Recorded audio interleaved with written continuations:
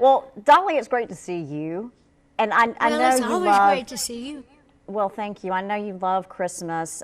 Let's begin by talking about how Dollywood's going to celebrate the holidays. Well, like we have been doing for years and years, and people absolutely love all the lights, all the food, all the music, all the special things that we do. And it's just like a magic land. It's just like a winter wonderland. It truly is. And that's how we kind of describe it. So I think the families look so forward to having a place to go where they feel safe, and it's all self contained, but it's just like a little world of its own. And we have some of everything there. Absolutely. Do you have a favorite Christmas tradition personally and a favorite Christmas memory? Oh, I have so many of those growing up in the Smoky Mountains. Ours was more a simpler Christmas than we're having at Dollywood these days. But I just always love all the memories. I often talk about the Christmas when we all gave all of what we were going to get for Christmas so we could buy Mama a wedding band. Mom and Daddy had got married so young that they didn't have any money to buy a wedding band, so they'd been married and had a whole house full of kids. So one year Daddy said, well, why don't we just all, instead of everybody getting presents, why don't we buy your mom a wedding ring? So we did, and we did a movie about that as well. So that was a real special time for us. But the traditions we always have is decorating our tree, and even though now we can afford all the good lights and all the beautiful stuff, we always like to try to have that one little tree that kind of is old-timey and kind of makes us think of Mom and Daddy. Well, at the end of 2020, you said that you were going to slow down. Perfume, novel, ice cream Emmys, Grammy, Time 100 Most Influential. Those are just a few of your highlights from the last year. Dolly, if that's slowing down, I'm afraid to ask what you have planned in 2022. Well, I said I was going to slow down, but I lied. But I thought I was going to kind of just be more involved in doing, more stuff. But as I said before, I can't slow down. That's why I would never retire, because I always make the statement that is so true that I've dreamed myself into a corner. And all my dreams have come true. Now I have to be responsible for all those things. So it requires a lot of work, because I don't want other people just taking my things as long as I'm living and me not being involved. But I personally love to work, and I love to see all the new things that come from the dreams that have come true, just creating new dreams. So I have no intentions of really slowing down. I just dream about it sometimes. When I'm real tired, I think I'm going to slow down. That just means I'm going to get on the bus and sleep 12 hours instead of 5. So is that downtime for you? Do you have a guilty pleasure? Oh, my life is just it's such a way of life with me that my routines and the things I do are just so natural to me. But I love to cook. That's probably, and I love to eat, but I love to cook real old country foods and have family over that likes, they still like to eat that kind of food. And they say, oh, this tastes just like Mama's. And that's the greatest compliment in the world to me. It seems that loss has shadowed so much of last year for so many. I know you lost your brother and you lost Uncle Bill. Talk about what's brought you comfort during your grieving season, and how do you encourage other people?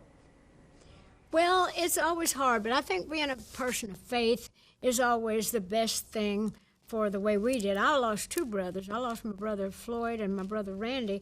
Floyd was a year before.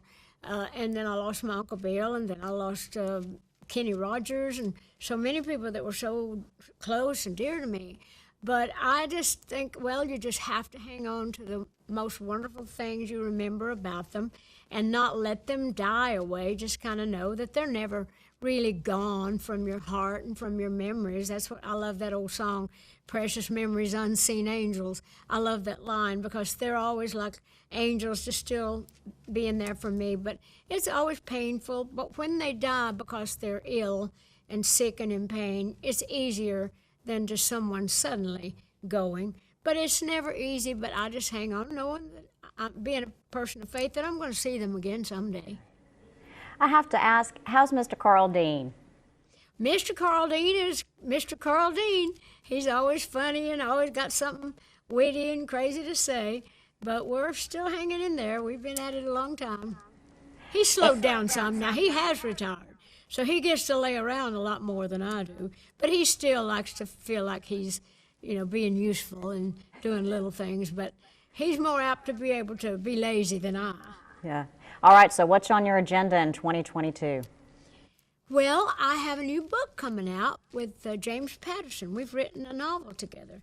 And so I've written songs for that as well, 12 songs that have to do with the characters and situations that happen in the story in the book. And they're going to come out at the same time, so we're planning a marketing plan where we kind of go on TV and do some of our promotion together, which is going to be fun because we got to be real good friends while we worked on the book. So that's the thing most exciting that's coming up pretty soon. And lastly, do you dress up for Halloween? I used to. I dressed like Dolly Parton for the last several years. Yeah. You pull it off well. Actually, I do sincerely.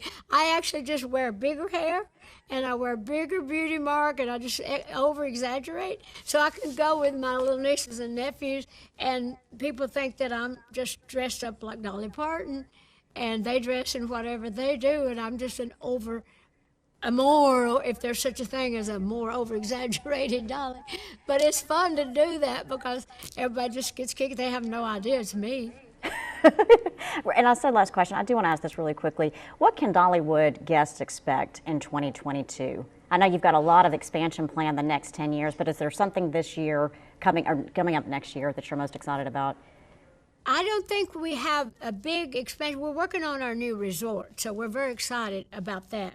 But we're just going to make the most of the things we have, and we have a few little surprises that will be announcing a little later on. But now we've put a lot of money in a lot of new things in the last 2 or 3 years, so we're getting prepared to really do a great thing with our resort. So that's going to be a big deal next year. But the park is always great. The food's great, the rides are great, the entertainment's great. So we'll still be doing all of our special things. Well, it's great to talk to you.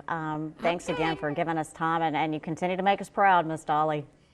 All right. Well, I love talking to you always. See you later. All right. We'll see you later. Thank you.